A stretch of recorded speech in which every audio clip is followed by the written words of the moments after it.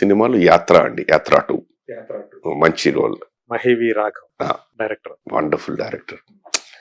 ఆయన రాసుకున్నారు, YS Rajasekhara Reddy, Jaganmohan Reddy character తోటి చేసి చాలా బ్యూటిఫుల్ గా రాసుకున్నారు. ఎక్కడ తెచ్చి పెట్టుకుని పొగడుతుండదు ఆ డైలాగ్స్ లో.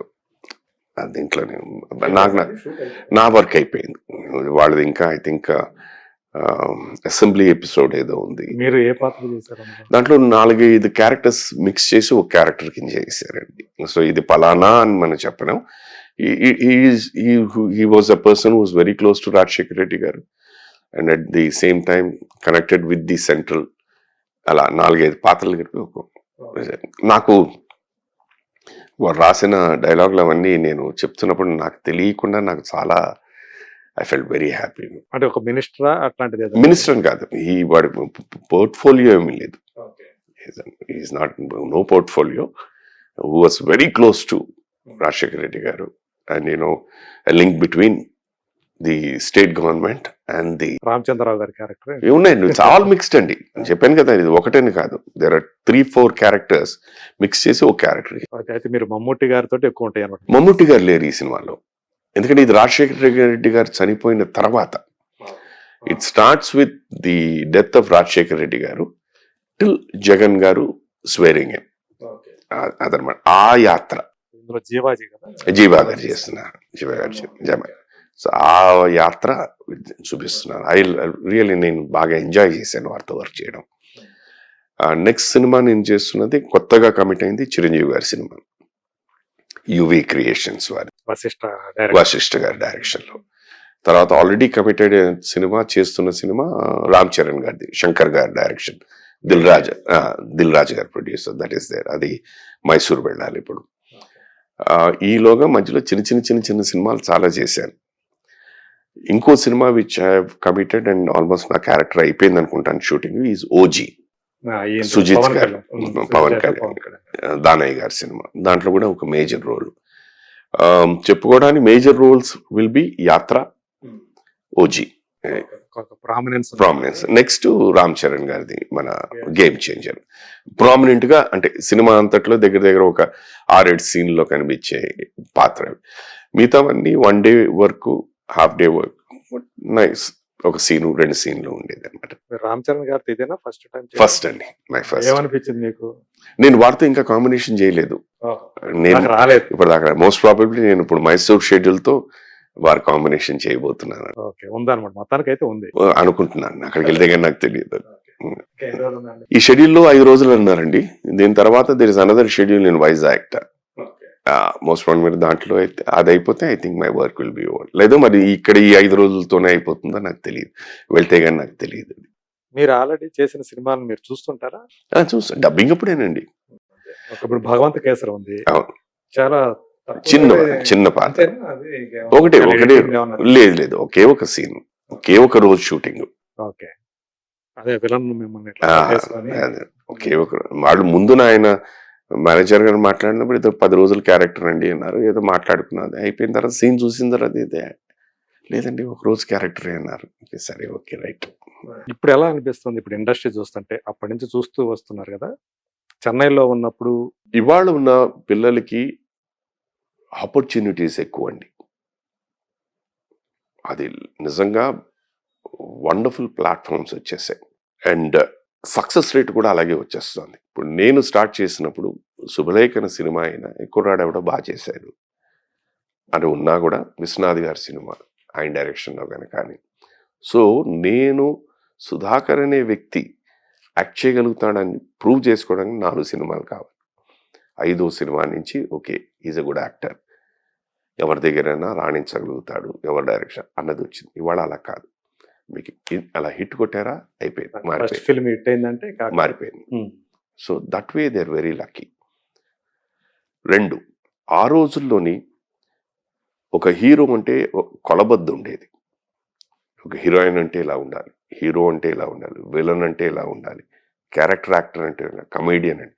ఇవాళ అవి ఏమీ లేవు, పారామీటర్స్ ఏమీ లేవు. Anyone can become a hero, anyone can become a heroine. So that is an advantage. I'm tell positives. ఇది ఈ అడ్వాంటేజెస్ వచ్చేసరికి ఏంటంటే దాన్ని ఎలాగా వాళ్ళు యూస్ చేసుకోవాలో తెలియటం లేదు. తర్వాత ఇవాళ ఉన్న జోనర్ ఆఫ్ ఫిల్మ్స్ అన్ని డిఫరెంట్గా అయిపోయినాయి. ఆ రోజుల్లో ఒకటే ఫ్యామిలీ ఇవన్నీ పోయి యాక్షన్ ఇలా ఉండేది. సో ఇవాళ ఏంటంటే వాళ్ళకి ఇట్స్ వైడ్ ఓపెన్ ప్లాట్ఫామ్. చాలా మంది సినిమాల్లో రాణించిన వాళ్ళందరూ ఇవాళ మీకు యూట్యూబ్ అనండి లేదా వేరే platforms they're very big actors. ఇంకో ప్లాట్ఫామ్ దొరికేసి you are able to prove. So that way their advantage. అంటే ఎంటర్టైన్మెంట్ ఫీల్డ్ అనేది ఇప్పుడు మారిపోయిందండి, మారిపోయింది, టోటలీ ఓపెన్ అప్ అయిపోయింది. వాళ్ళ కాన్ఫిడెన్స్ లెవెల్స్ ఆర్ ఫెంటాస్టిక్. సినిమాలకి లేకపోయినా వెబ్ సిరీస్ అదే చెప్తున్నాను, ఇప్పుడు వాళ్ళ confidence levels are so fantastic అండి. మేము పెరిగిన వాతావరణం అంటే అప్పుడున్న పరిస్థితులు అంటే పద్ధతి అనండి, రిహర్సల్స్ చేసేవాళ్ళం. బికాస్ ఏదో నెగిటివ్ అండి, ఫిల్మ్ కాస్ట్ ఎక్కువ అయిపోతుందని. ఇవాళ పిల్లలు వేస్ట్ కాకూడదని అన్న దీని మీద ఉండేది. ఇవాళ అలా కాదు, పిల్లలు టేక్ చేసేద్దామండి అని. లేదు ఇదే రిహార్సల్ అనుకుందాం సార్, బాగా వచ్చేసింది అనుకోండి అదే ఓకే, లేదంటే ఇది రిహార్సల్. అంటే ఇప్పుడు వేస్టేజ్ ఏం లేదు కాబట్టి మీకు ఫిల్మ్ వేస్టేజ్ అనేది ఫిల్మే లేదు కదా. బట్ ఒకటి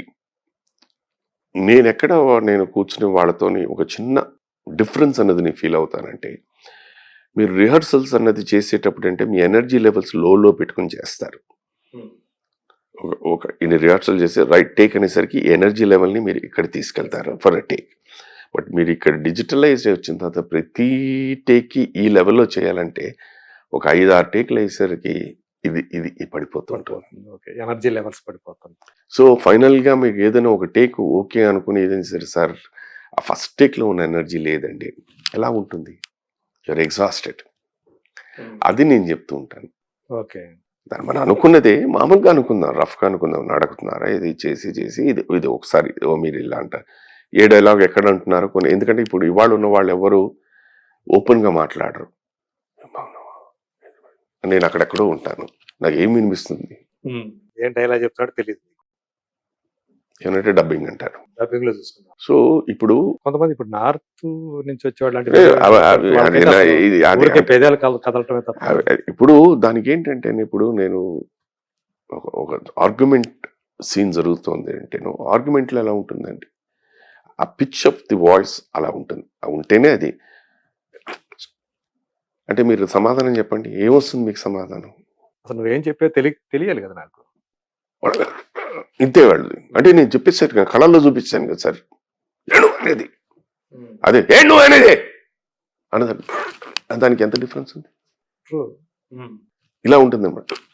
అంటే ఇది అవతల ఛాలెంజ్, పట్టుకోవాలి. తర్వాత మీరు ఇందాలన్నారు, వాళ్ళు హిందీలో చెప్తారు, మనం దాన్ని పట్టుకోవాలి. ఎందుకంటే నేను చూశాను ఒకసారి ఆశీష్ విద్యార్థి ఓపెనింగ్ ఉంటది, తర్వాత కంటిన్యూషన్ ఉండదు. ఇక డైలాగ్ వాళ్ళు యాక్సెప్టెడ్ ఆర్టిస్టులు అండి.